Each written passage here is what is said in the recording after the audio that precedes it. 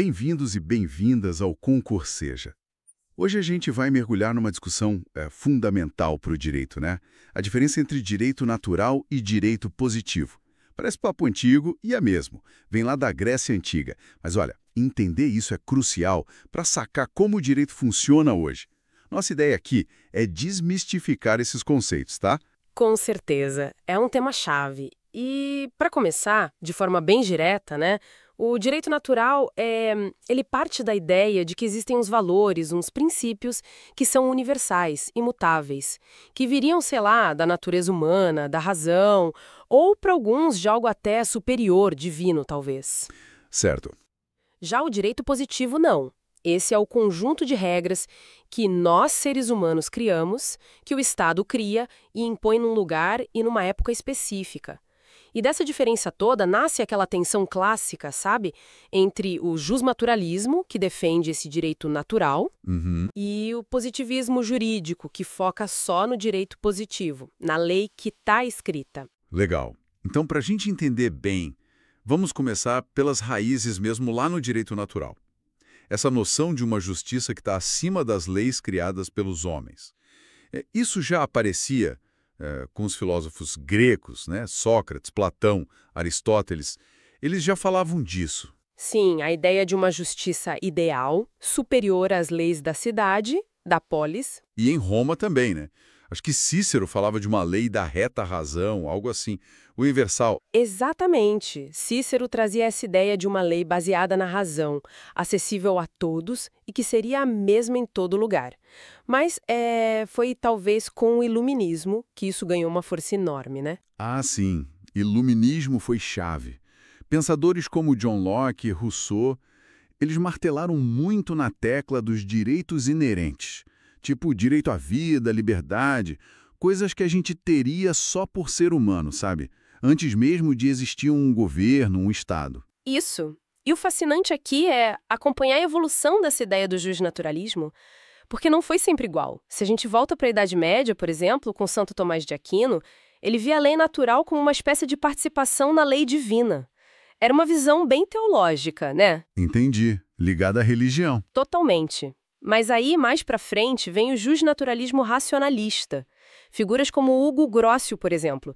Ele chegou a dizer que o direito natural existiria e seria válido mesmo que Deus não existisse. A base passou a ser a razão humana, entende? Interessante essa virada. Da fé para a razão como fundamento. Grandes declarações de direitos humanos. A Declaração dos Direitos do Homem e do Cidadão, lá na França, em 1789, é um exemplo clássico disso. Ela afirma direitos como universais, baseados nessa ideia de natureza humana, de razão. Perfeito. Agora, e o outro lado da moeda? O direito positivo. Vamos entrar nele. A ideia aqui é que o direito válido é aquele que foi posto, né?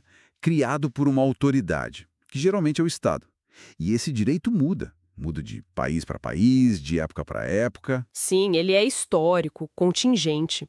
Não tem aquela pretensão de ser universal e eterno como natural. E o positivismo jurídico, como corrente de pensamento, ganhou muita força ali pelo século XIX, certo? Com Jeremy Bentham, John Austin. Isso, eles focavam na lei como um comando do soberano, algo que deveria ser obedecido. A preocupação era mais com a estrutura, com a eficácia da lei que existia de fato. E depois veio Hans Kelsen, né? Com a teoria pura do direito. Esse é o nome que todo estudante de direito ouve falar. Kelsen é fundamental para entender o positivismo no século XX. A grande sacada dele foi tentar criar uma ciência jurídica pura. Ou seja, ele queria analisar o direito isolado de outras coisas, tipo da moral, da sociologia, da política. Só a norma jurídica e sua estrutura lógica. E a famosa pirâmide de Kelsen, a hierarquia das normas. Exatamente. A ideia de que uma norma busca validade numa norma superior até chegar numa norma fundamental, que ele via como uma hipótese lógica, um pressuposto para dar validade ao sistema todo, como a Constituição. Mas essa tentativa de separar totalmente o direito da moral, isso nos gerou problemas?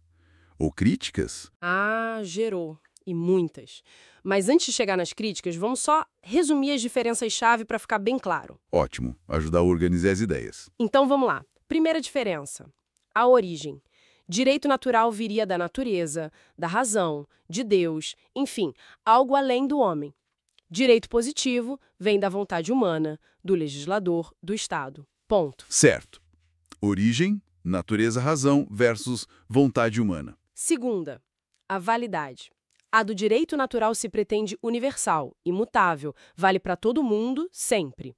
A do direito positivo é restrita, vale naquele território, naquele tempo, é relativa, contingente. Ok. Validade.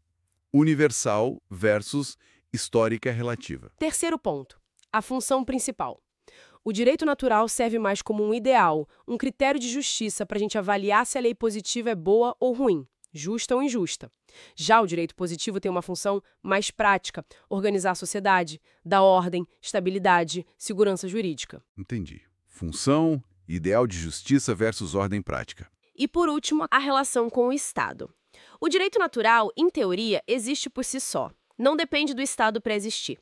O direito positivo, bom, esse depende totalmente do Estado para ser criado, para ser imposto, para valer na prática. Perfeito. Acho que ficou bem claro esse contraste. Mas agora sim, vamos para as críticas, porque nenhuma das duas visões é perfeita, né? Aqui é onde fica realmente interessante, eu acho. Começando pelo direito natural. Qual o grande problema apontado? A grande crítica ao justnaturalismo sempre foi: quem define o que é natural? O que é essa razão universal? É muito vago, muito abstrato. O que é um direito natural para mim pode não ser para você ou para outra cultura. Acaba caindo numa certa subjetividade, numa dificuldade de ter um consenso. Sabe como transformar isso em regra concreta e aplicável? Faz sentido. Parece meio etéreo, difícil de pegar. Por outro lado, o positivismo jurídico, principalmente na sua versão mais radical, que prega a separação total entre direito e moral, esse também levou muita crítica. Imagino que sim. Porque se o direito é só a lei que está posta, e não importa se ela é justa ou não, isso abre margem para coisas terríveis, né? Pois é. O grande trauma foi a Segunda Guerra Mundial e os regimes totalitários, como o nazismo. Eles criaram leis que eram formalmente válidas, seguiram o processo legislativo da época, mas eram monstruosamente injustas. As leis raciais, por exemplo. Exatamente. E aí, depois da guerra, nos julgamentos de Nuremberg, surgiu a questão: como condenar pessoas que agiram segundo as leis do seu país? Complicado. Se vale só o direito positivo da época. A solução foi recorrer a algo acima da lei positiva alemã. Há princípios de justiça, de humanidade que estariam acima de qualquer lei estatal. Ou seja, recorreram na prática a uma ideia de direito natural, de limites morais que o direito positivo não pode ultrapassar. Então, a própria história mostrou que separar totalmente direito e moral talvez não seja o melhor caminho. Sem dúvida. E aí a gente consegue conectar isso ao quadro geral do direito hoje. Como isso tudo se reflete na nossa realidade jurídica atual. Boa. Como a gente vê essa tensão hoje, por exemplo, no Brasil? Olha, a gente vê que o direito contemporâneo, especialmente depois da Segunda Guerra, buscou superar essa oposição tão radical. As constituições modernas são um grande exemplo disso. A nossa Constituição Federal de 1988 é um caso claríssimo. Ela positivou, ou seja, ela colocou no texto da lei um monte de princípios que têm uma inspiração forte no direito natural. São os direitos fundamentais. A dignidade da pessoa humana, por exemplo, que está logo no comecinho da Constituição. Exatamente. Artigo 1º, inciso 3, a dignidade da pessoa humana como um dos fundamentos da República Federativa do Brasil. Isso é puro valor, pura ética, com uma raiz justnaturalista clara, mas que agora está escrito na lei maior do país. É direito positivo também. E tem aquele artigo 5º parágrafo 2º, né? Que diz que os direitos da Constituição não excluem outros. Perfeito. O artigo 5º, parágrafo 2º, diz que os direitos e garantias expressos na Constituição não excluem outros decorrentes do regime e dos princípios por ela adotados. Isso abre a porta para reconhecer direitos que não estão escritos textualmente, mas que derivam desses princípios maiores, como a própria dignidade. E, na prática, em decisões dos tribunais, a gente vê isso. Sim, bastante. O Supremo Tribunal Federal, o STF, usa muito a dignidade da pessoa humana para fundamentar decisões importantes. Quer exemplos? Manda. A ADPF 54, que discutiu a interrupção da gravidez de fetos anencéfalos. O STF entendeu que obrigar a mulher a levar essa gestação até o fim violaria a dignidade dela. Lembro desse caso. Outro exemplo é a súmula vinculante número 11, sobre o uso de algemas. O STF disse que só pode usar algema em casos excepcionais, justificados por escrito, porque o uso indiscriminado seria uma afronta à dignidade da pessoa. Entendi. Nesses casos, um princípio com raiz lá no direito natural é usado para interpretar e aplicar o direito positivo. Exatamente essa é a ideia. A dignidade funciona como um limite e um guia para a interpretação de todo o ordenamento jurídico. Então, o que tudo isso significa? Parece que hoje a conversa não é mais tão ou um ou outro, né? Direito natural versus direito positivo. Não mesmo. A visão atual, especialmente com o que a gente chama de neoconstitucionalismo ou pós-positivismo, é muito mais de complementariedade, de diálogo. Neoconstitucionalismo. Explica um pouquinho mais. É um movimento que surge principalmente depois dessas experiências trágicas do século XX, com as novas constituições cheias de direitos fundamentais e princípios. A ideia central é que a Constituição não é só um conjunto de regras de organização do poder.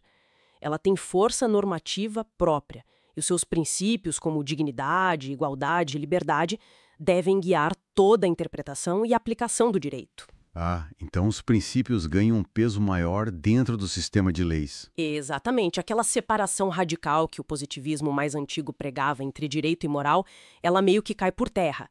A moral, os valores éticos, eles entram no direito através desses princípios constitucionais. Há uma reaproximação. Então, hoje, um bom jurista precisa olhar tanto para a lei escrita, o direito positivo, quanto para esses princípios, esses valores de justiça que têm uma conexão com o direito natural. Sem dúvida. É um equilíbrio delicado, mas necessário. Se a gente for fazer uma síntese final, o direito natural, ou essa inspiração justnaturalista, continua sendo fundamental. Ele nos dá a base ética, o ideal de justiça, a ferramenta para a gente criticar as leis e perguntar: essa lei é justa? A bússola moral, digamos assim. Isso, a bússola moral. Por outro lado, o direito positivo é indispensável. Ele traz a ordem, a segurança, a previsibilidade, a estrutura concreta para a gente poder viver em sociedade. Ele diz como as coisas funcionam na prática. A ferramenta do dia a dia. Exatamente. E o grande desafio do direito hoje, no século XXI, é justamente esse. Como equilibrar essas duas dimensões? Como garantir que o nosso direito positivo seja não só organizado e eficaz, mas também profundamente comprometido com aqueles valores de justiça, com a dignidade humana? Isso levanta uma questão importante, né? Fica essa reflexão para quem está acompanhando a gente. Como essa tensão que a gente discutiu entre um ideal de justiça que a gente sente que deveria ser universal e as leis concretas, muitas vezes imperfeitas do nosso país. Como isso aparece no dia a dia? Nos problemas jurídicos que a gente enfrenta, nos debates que a gente vê na sociedade. É algo para se pensar mesmo, como a gente lida com leis que considerem justas, qual o papel dos princípios na hora de aplicar uma regra. Exato. Bom, acho que conseguimos dar uma boa passada por esse tema tão rico e complexo. Foi uma ótima conversa. Foi sim, muito bom discutir isso. Então fica aqui o nosso agradecimento a quem nos acompanhou nesta análise. E o convite para continuar conosco nas próximas discussões e também conferir os outros cursos e materiais aqui do canal Concurseja. Até a próxima!